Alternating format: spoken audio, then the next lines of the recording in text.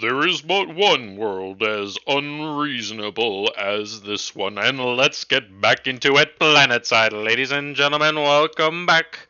We're going today to All That Glitters. We're back on the old Glitter Smolder Simmers train.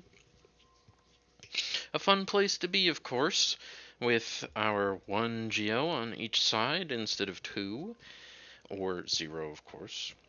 Let's see what we've got cooking. This is a lobby without me in it. I want to watch one of these higher OS replays that I have stored up from a while back, where I just hopped into this high OS All That Glitters lobby and had a watch. And these were really interesting games. I think it's really cool to see the meta of higher OS lobbies and what that can really look like when people are collectively pushing it on two different Battle teams. started. So let's hop right into it. We'll start on a little bit of a faster speed just to keep it moving. I think the most interesting spots are still always. Oh wait, though. Battle Hold on, paused. something to Battle observe. started. Smile Neo is doing something very interesting where he's probably started at this mechs. One of his outer mechs, so we're looking at tech spot, one of the outer tech mexes, then went in for one of the middle tech mexes, then went back out, making a triangle, but just really wide, and is now getting his fourth mex with one wind. We see something a little bit more common, in my opinion, from the pink player on air, where he went three mexes and then a little bit of energy production, but he's going for the fifth. They're really pushing out all these mexes versus the blue team, who is sticking on to just three. So what we're going to see pretty quickly already is that red team is starting to get ahead on metal per second. They're already almost 10% here, as these players are not even getting a fourth or a fifth mex up yet. But look at this. Minnow has 5, Neo has 5. There are 2 mexes up already. That's a 4 metal per second. Here we go. Now they're starting to come out for Ferment Phalange, actually giving his first con-bot. The tech player from blue giving the air player his first con-bot. How interesting. Going for a res himself. I suppose he's going to then go into a combat, pick up some of these resources out here, and try and blow his commander pretty quick, as he has been pushing out a decent amount of energy. He's now at 8 wins? No, 9 wins, 2 solars, versus the yellow eco player who is at 2 solars, 2 wins, and 1 battery. So I think Neo here, playing a little rat-like, could definitely still pull ahead in energy over time if his team ends up overflowing into him. Currently, Phalange, the enemy tech player, is leading his team in energy, giving it out even. And something interesting, I believe this symbol for the OS means that you're a contributor to the game. So these are really cool people, you know, these are high respect. Let's see, as red is getting some ticks into the blue backline. Air might be in a little bit of trouble, but we see a shuriken flying right on over, and red is forgetting to micro. We might shut down a solar for a couple seconds. It's not, well, that's always nice. That's, 140 energy or something. Not the worst trade ever for a tick. That's been all of the early aggression so far. I feel like it's been kind of greedy then. The metal per second is really fluctuating very highly right now. I couldn't really tell you why. For some reason, blue wants to resign off of incredibly minimal damage, kind of embarrassing. Let's see here, and we're back to a pretty stable metal per second. What have we got going on? Our tech player in the back just kind of walked around, claimed all of his mexes, has built 2 tank constructors, makes sense, but now is putting down a total of 3 construction turrets on top of that, which surprisingly he's got enough metal for. I mean, he's got plus 13 per second, and he's currently doing minus 31 to 51. It's kind of fluctuating. I'm surprised by how well that's kind of working. Looks like he's going to blow his commander next, and he'll probably just have one of these constructors reclaim it and start going tier 2 with all of these construction turrets. That'll be not the worst timing in the world. I bet he's going for a Tsar Rush, so I would imagine that's going to come out actually fairly fast. Something I definitely want to observe is in the geo spots, how much action are we going to see? Are we going to see any of these commanders die? There is the blow on the red tech player. I feel like a lot of these geo spots, this lane, this 5 versus whatever this other spot is here. I feel like these commanders end up trading a lot because you're fighting over this 3.2. It honestly makes a really big deal and you want to fight for it. So if they're really taking over, I think it's not a bad deal to go and suicide into it. So I think if you want to go for some greed from this 5 position instead of going for like just a little bit of solar, maybe like 2 solars, 3 winds, and then starting to push out units and pushing your commander forward, I think another option is go a little bit greedier with your energy production, put up a con turret with a constructor, get your commander forward with a couple of units. Obviously you have to make a couple pawns, but after you get there, just blow it up and have a resbot behind. Make one resbot and get that up here. Usually, actually, you see this. Here we go. It's the chill mom of a pup actually is ready for this kind of a trade, which is really smart. It could also be a constructor, honestly. Like, it doesn't have to be a resbot if you want to go tanks instead and do the same thing from either of these positions, because of course it's glitters. It's basically completely flat, and I think that actually artillery is pretty decent in this area. You really have to force people to like push in, at which point if you have a decent amount of tanks to stop it, like a couple Janus or something, I think those are the best. I think Armada's kind of the best for tanks on this map because of the Janus. But then I think you can just hold them off from your artillery, and your artillery takes down any static defense, which you so commonly see all over the place here in this lane. So I think tanks are really OP, and it's very sweet to see Chill Mom of a Pup transitioning tanks on the front line. He's probably going to eat his lab in the back at some point soon here. The other lane, blue is actually winning. They have secured the 3.2 mechs, so currently I would say blue team should be ahead in metal per second. It's pretty close still. Let's see how we're doing on tier 2 mexes. We have got none yet on the yellow team, which seems a little bit unfortunate, but we are Tsar rushing as best as we can. We're eating metal everywhere. We're doing minus 1,000 energy per second, but we're overflowing super bad on red team actually. We're getting metal sent to us. I think we might have begged for it a little bit. Feed me, yep. Very good. The Tsar is coming. The terrifying super weapon. And I guess this is how it has to be if you want to get these, like, 7-minute timings. He got all these mexes up, and it's still not enough. I wouldn't be surprised if he's made the most. I don't know if this counts the donations he's gotten, but he's made the most on his team. Not in the game, though. Phalange, the strategy with 3 mexes definitely caught up this time, although I don't really support going for 5 mexes. I think getting 4 is ideal, and there it is. There comes the Tsar for their highest OS player cheat. 56 OS, humongous amounts of silver chefs.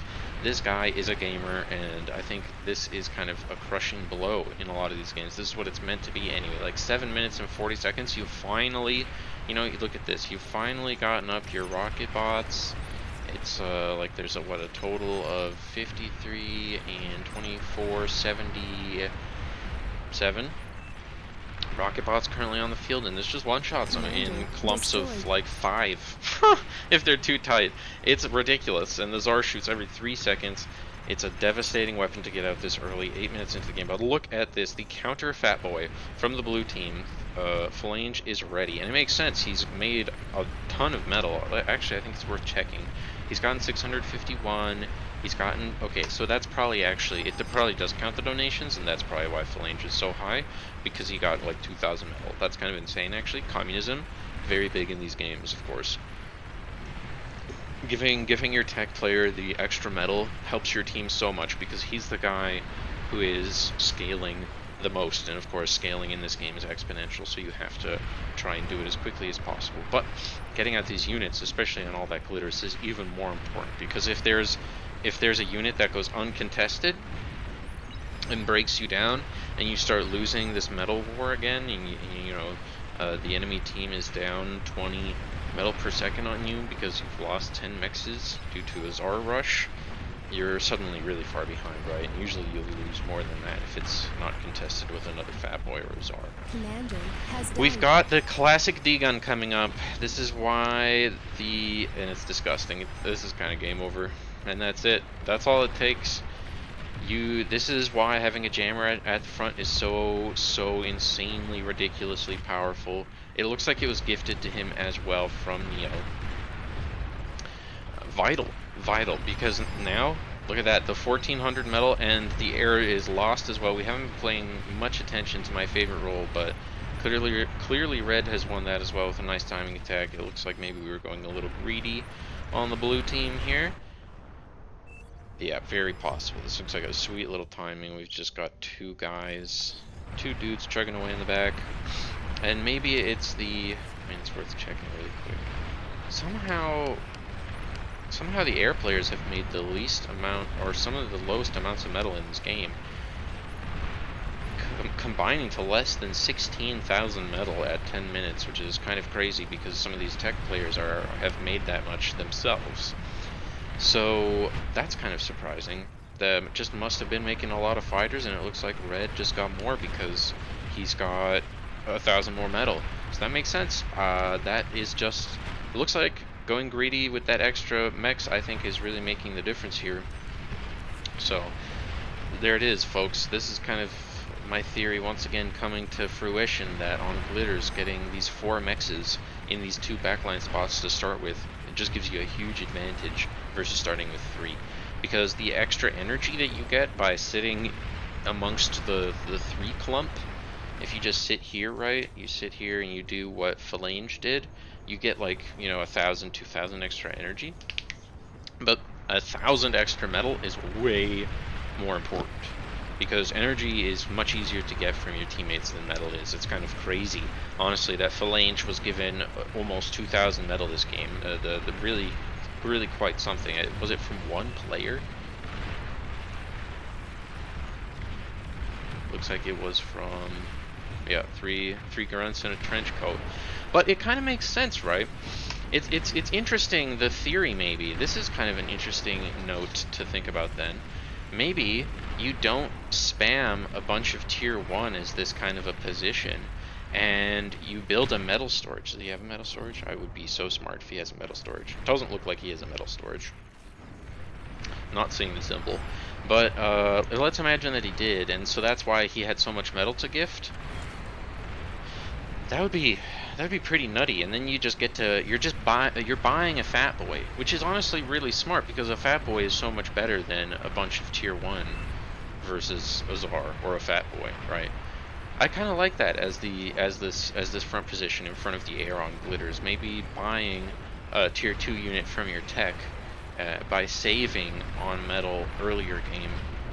And making less units, maybe a little bit more static, right? Looks like he had a couple jammers up here. It's unfortunate that, his Fat Boy got de-gunned, but that's kind of what you get. He should have been making ticks, I think, because, right, that's the only way he can find it at that point. It's the only way you can find a jammed, cloaked commander. So, I think some ticks probably would have helped them in that situation. That's about it. Somehow, neither Geo spot has fallen. I feel like this is rare, but maybe it's just the games I've been in recently. Honestly, they haven't been the greatest of skill, but honestly, I've seen the Geo spots fall a lot. Looks like Dark Green is really memeing the fuck around, actually. What the hell is this? 30 OS, and bro has made 21 hover, what are they? They're the hover rocket launchers? Wow, I hate it. Wow. A full volley didn't even... Wow. Wow. Wow. He's killed more ally units with them than he has enemy units, from the look of things. Sweet! What a fucking joke that is. What a troll. See, and this is kind of the problem with these games, right? Where you get to like 10 minutes. Whoa. Let's get a sip here. Let's get the pause button.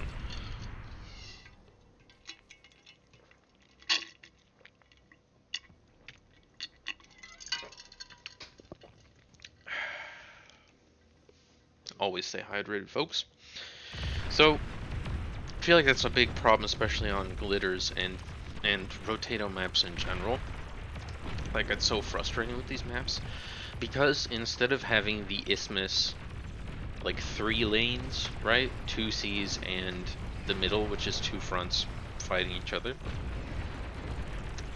You have all of these lanes, and from any lane, you have 4 lanes, I should say. You have 4 lanes, and from any of those lanes, if an attack successfully breaks through and takes out at least one player, it's so easy to just veer off and create the ladder, right, into other lanes and have the impact. So that's why when you zoom out and you see your dark green guy with 16 hover rocket launchers at this point, that he's trying to, I mean, look at this, he's trying to ground fire them. Wow.